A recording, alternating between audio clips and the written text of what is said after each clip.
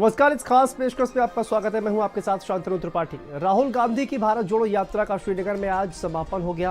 कांग्रेस नेता राहुल गांधी की भारत जोड़ो यात्रा की काफी चर्चा है। 7 सितंबर 2022 को कन्याकुमारी से शुरू हुई राहुल गांधी की यात्रा कई राज्यों से गुजर चुकी है। 30 जनवरी को कश्मीर में इसका समापन होना है। राहुल गांधी की यात्रा 12 राज्यों और 2 केंद्र शासित प्रदेशों से होकर गुजरी। 150 दिन की इस यात्रा में 4000 किलोमीटर से अधिक की दूरी तय की गई।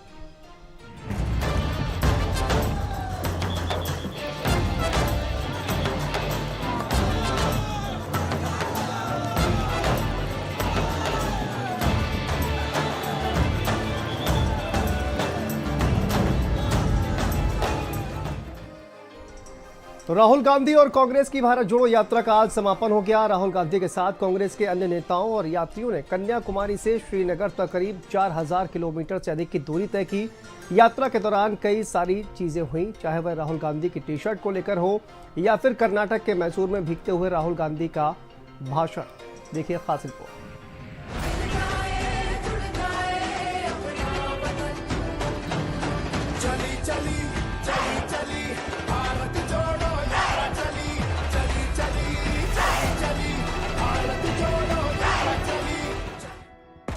सियासत में यात्राओं का हमेशा चलन रहा है। जनता से जुड़ने के लिए या अपनी बातें लोगों तक पहुंचाने के लिए इंदिरा गांधी, राजीव गांधी से लेकर लाल कृष्ण आडवाणी तक तमाम नेताओं ने राजनीतिक यात्राएं की हैं। आज भी देश के अलग अलग हिस्सों में आधा दर्जन से अधिक नेताओं की यात्राएं निकली हुई हैं। इनमें से कांग्रेस नेता राहुल गांधी की भारत जोड़ो यात्रा आजकल खूब चर्चा में है। 7 सितंबर 2022 को कन्याकुमारी से शुरू हुई राहुल गांधी की यात्रा कई राज्यों से होकर गुजरी। 30 जनवरी को कश्मीर में इसका समापन हो गया। राहुल गांधी की यात्रा 12 राज्यों और 2 केंद्र शासित प्रदेशों से होकर के गुजरी। कन्याकुमारी से कश्मीर तक भारत जोड़ो यात्रा। 7 सितंबर को कन्याकुमारी से यात्रा की शुरुआत 12 राज्यों और 2 केंद्र शासित प्रदेशों से होकर गुजरी। 150 दिन की थी भारत जोड़ो यात्रा। यात्रा में 3570 किलोमीटर की दूरी तय की गई। 30 जनवरी को श्रीनगर में समाप्त हुई यात्रा। इस यात्रा में कई चीजें चर्चा का विषय बनी रही। सबसे पहले कर्नाटक के मैसूर में भारत जोड़ो यात्रा के दौरान राहुल गांधी ने बारिश के बीच जनसभा को संबोधित किया। गांधी जयंती के मौके पर जब पूरे दिन की यात्रा के बाद राहुल गांधी लोगों को संबोधित करने के लिए मंच की तरफ बढ़े तो बारिश होने लगी। इस मौके पर राहुल ने बारिश रुकने का इंतजार नहीं किया, भीगते हुए उन्होंने भाषण जारी रखा। इसलिए हमने भारत जोड़ो यात्रा शुरू की। ಆ ಕಾರಣದಿಂದಲೇ ಜನರು ಧ್ವನಿಯಾಗಿ ಭಾರತ जोड़ो यात्रा ತೆಗೆದುಕೊಳ್ಳುತ್ತೇವೆ। जितने भी नफरत, जितनी भी हिंसा ये करेंगे, हम हिंदुस्तान को जोड़ेंगे। भारत जोड़ो यात्रा के दौरान राहुल गांधी अपनी दादी इंदिरा गांधी के बारे में बात कर रहे थे। उन्होंने कहा इंदिरा गांधी उनके जीवन का प्यार है, उनकी दूसरी माँ है। इसी जवाब पर फिर सवाल हुआ, क्या ऐसी ही महिला से शादी करना चाहते हैं जिससे आपकी दादी जैसे गुण हो? जिसमें शादी के लिए क्या ऐसी ही लड़की चाहिए? इस पर राहुल ने कहा, ये दिलचस्प सवाल है। मैं ऐसी महिला चाहूंगा जिससे मेरी माँ और दादी दोनों के गुण हो, वो अच्छा रहेगा। तो वहीं यात्रा के दौरान राहुल गांधी की टी शर्ट की भी सबसे अधिक चर्चा रही। कड़ाके की ठंड के बीच जिस तरह से राहुल गांधी केवल टी शर्ट में नजर आए, उसको लेकर बीजेपी ने उनके ऊपर कई तंज कसे, लेकिन राहुल गांधी ने तमाम आलोचनाओं के बाद यात्रा जारी रखी। भारत जोड़ो यात्रा का सफल समापन तो हो गया, लेकिन इसका असर 2024 लोकसभा चुनाव पर कितना पड़ेगा, ये तो आने वाला वक्त ही बताएगा। ब्यूरो रिपोर्ट, भारत समाचार। तो भारी बर्फबारी के बीच राहुल गांधी की भारत जोड़ो यात्रा श्रीनगर में खत्म हो गई। यात्रा की शुरुआत कन्याकुमारी से हुई थी। क्लोजिंग सेरेमनी के दौरान राहुल ने भाजपा पर जमकर हमला बोला। पेश है खास रिपोर्ट।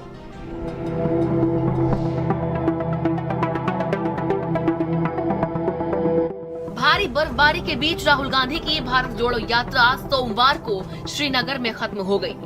ये 145 दिन पहले 7 सितंबर को कन्याकुमारी से शुरू हुई थी। राहुल ने क्लोजिंग सेरेमनी के दौरान शेर ए कश्मीर स्टेडियम में 35 मिनट लंबी स्पीच दी। 2 बार मोदी, अमित शाह और आरएसएस का जिक्र किया और भाजपा पर हमला बोला। जो मैंने सोचा था वही हुआ। जम्मू कश्मीर के लोगों ने मुझे हैंड ग्रेनेड नहीं दिया, अपने दिल खोल कर प्यार दिया, गले लगे।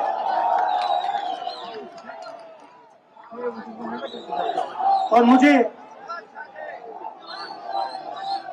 बहुत खुशी हुई कि उन सब ने मुझे अपना माना और प्यार से बच्चों ने, बुजुर्गों ने आंसुओं से मेरा यहाँ स्वागत किया।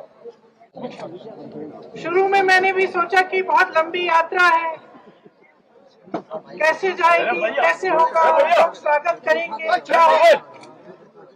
लेकिन जहाँ जहाँ गए, कन्याकुमारी से लेकर यहाँ श्रीनगर तक, जहाँ जहाँ गए तो लोग बाहर आए।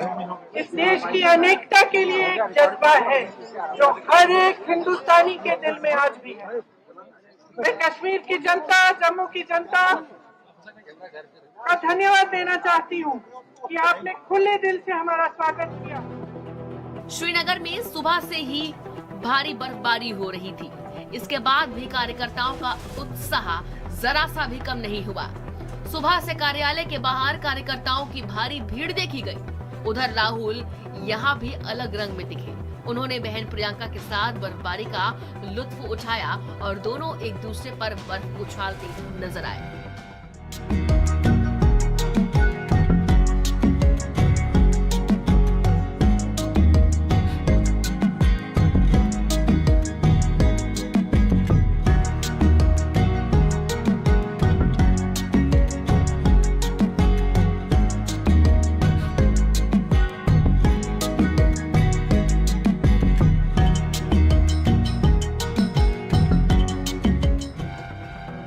राहुल गांधी ने कहा वो काफी सालों से रोज 8 से 10 किलोमीटर दौड़ते हैं। ऐसे में उन्हें लगा था कि कन्याकुमारी से कश्मीर चलने में इतनी मुश्किल नहीं होगी, ये यात्रा आसान रहेगी। उन्होंने कहा कि थोड़ा सा अहंकार आ गया था।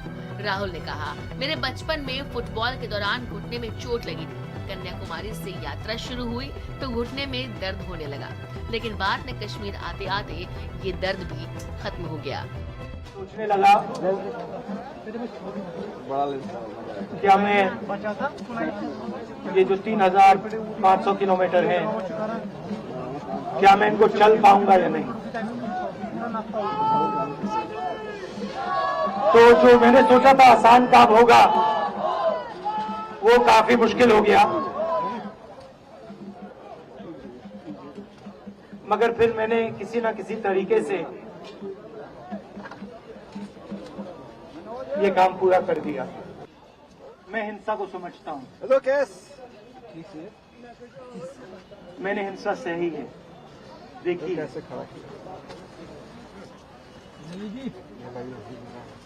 जो हिंसा नहीं सहता है, जिसने हिंसा नहीं देखी है,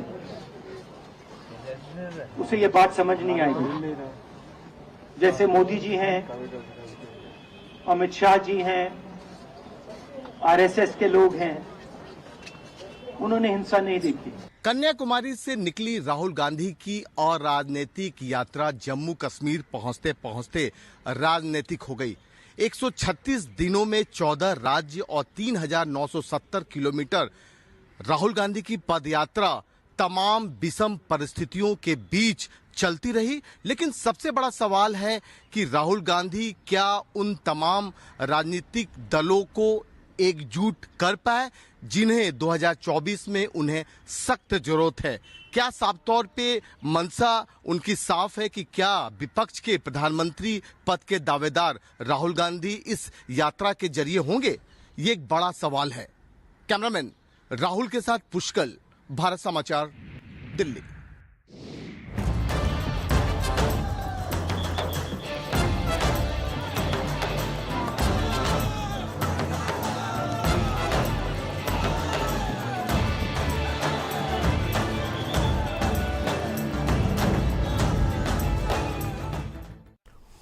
तो कन्याकुमारी से शुरू हुई भारत जोड़ो यात्रा का समापन आज श्रीनगर में हुआ। राहुल गांधी के इस यात्रा का असर आगामी लोकसभा चुनाव 2024 पर कितना पड़ेगा, ऐसे कई सवाल हैं जो लोगों के मन में है। इस यात्रा से कांग्रेस को कितना फायदा होगा, देखिए यह खास रिपोर्ट।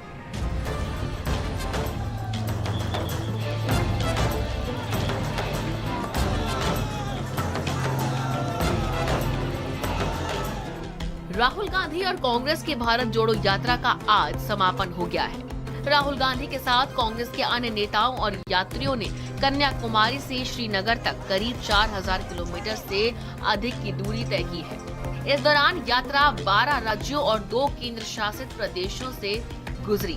अब सवाल ये है कि यात्रा से राहुल गांधी और कांग्रेस को क्या और कितना लाभ होगा। कांग्रेस पार्टी के अनुसार राहुल गांधी की इस यात्रा का घोषित उद्देश्य भारत को एकजुट करना और साथ मिलकर देश को मजबूत करना है।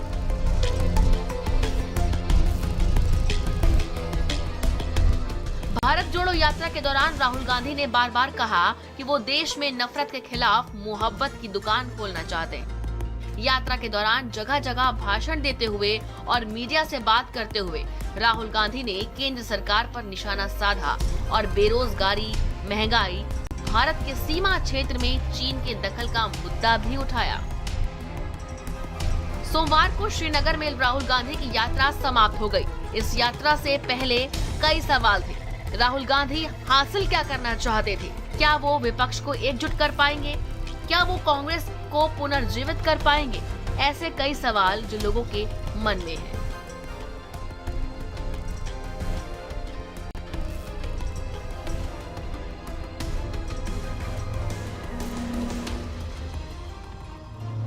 राहुल गांधी ने इस यात्रा के जरिए उन सभी सवालों को खारिज कर दिया जो उन पर लगातार उठते रहे थे।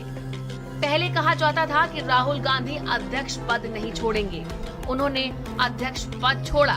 फिर कहा गया कि वो खुद अध्यक्ष बन जाएंगे, लेकिन वो नहीं बने। इसके बाद कहा गया कि अध्यक्ष के चुनाव को टाल दिया जाएगा, लेकिन वो भी नहीं टाला गया। ऐसा कुछ नहीं हुआ और राहुल ने जो काम करना तय किया था वो उसमें लगे रहे और उसे पूरा किया।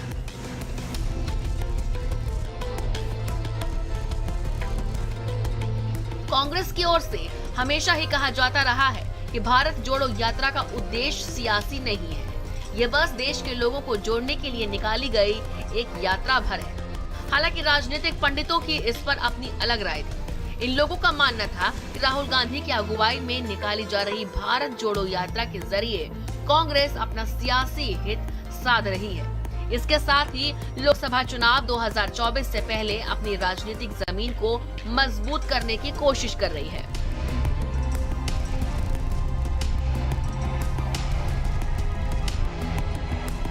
भारत जोड़ो के नारे में राहुल गांधी कितने कामयाब हुए, ये बाद में पता चलेगा।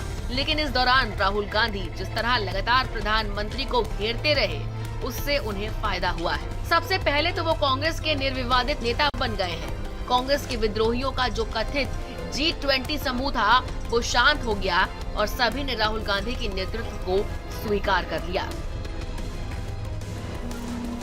ब्यूरो रिपोर्ट, भारत समाचार।